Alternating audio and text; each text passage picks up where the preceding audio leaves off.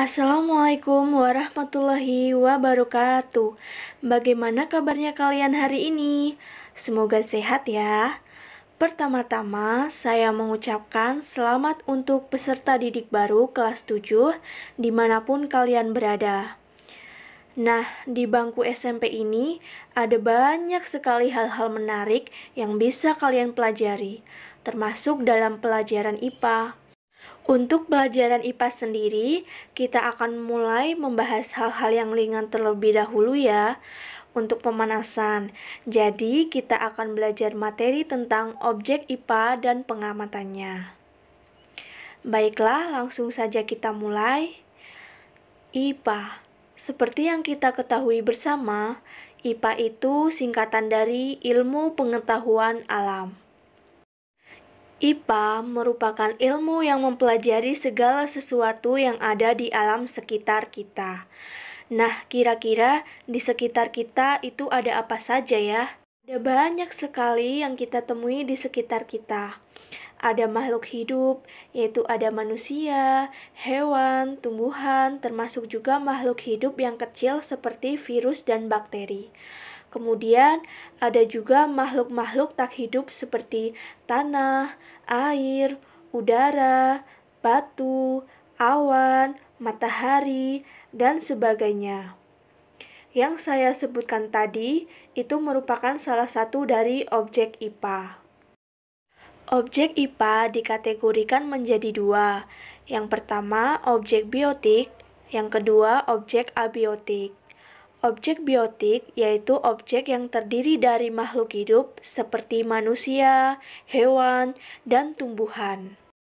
Contoh pada gambar yaitu ada sapi, kupu-kupu, burung, bunga, pohon, dan rumput. Kemudian, objek abiotik yaitu objek atau komponen yang terdiri dari makhluk atau benda tak hidup. Contoh pada gambar yaitu ada tanah, air, udara, batu, awan, matahari, dan sebagainya. Nah, sekarang bagaimana cara mengamati objek-objek IPA tersebut?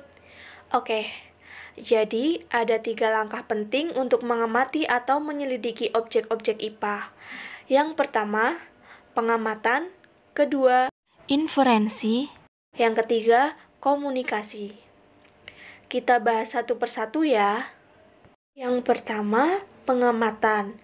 Langkah ini merupakan proses mengamati suatu objek dengan menggunakan panca indera atau alat peraga.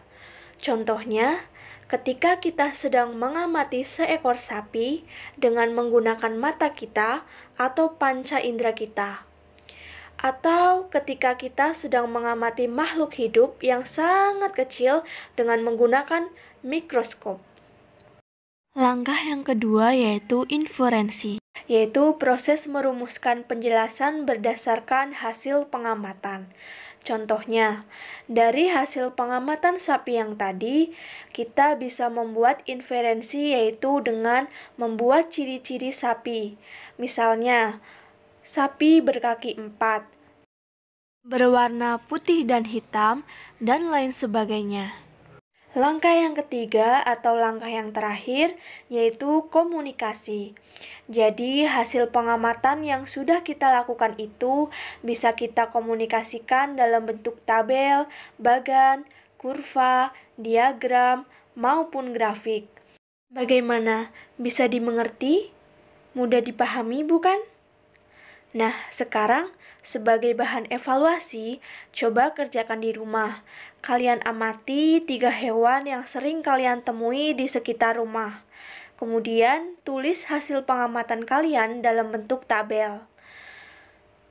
Oke, itu saja materi kali ini. Semoga bermanfaat. Terima kasih. Wassalamualaikum warahmatullahi wabarakatuh.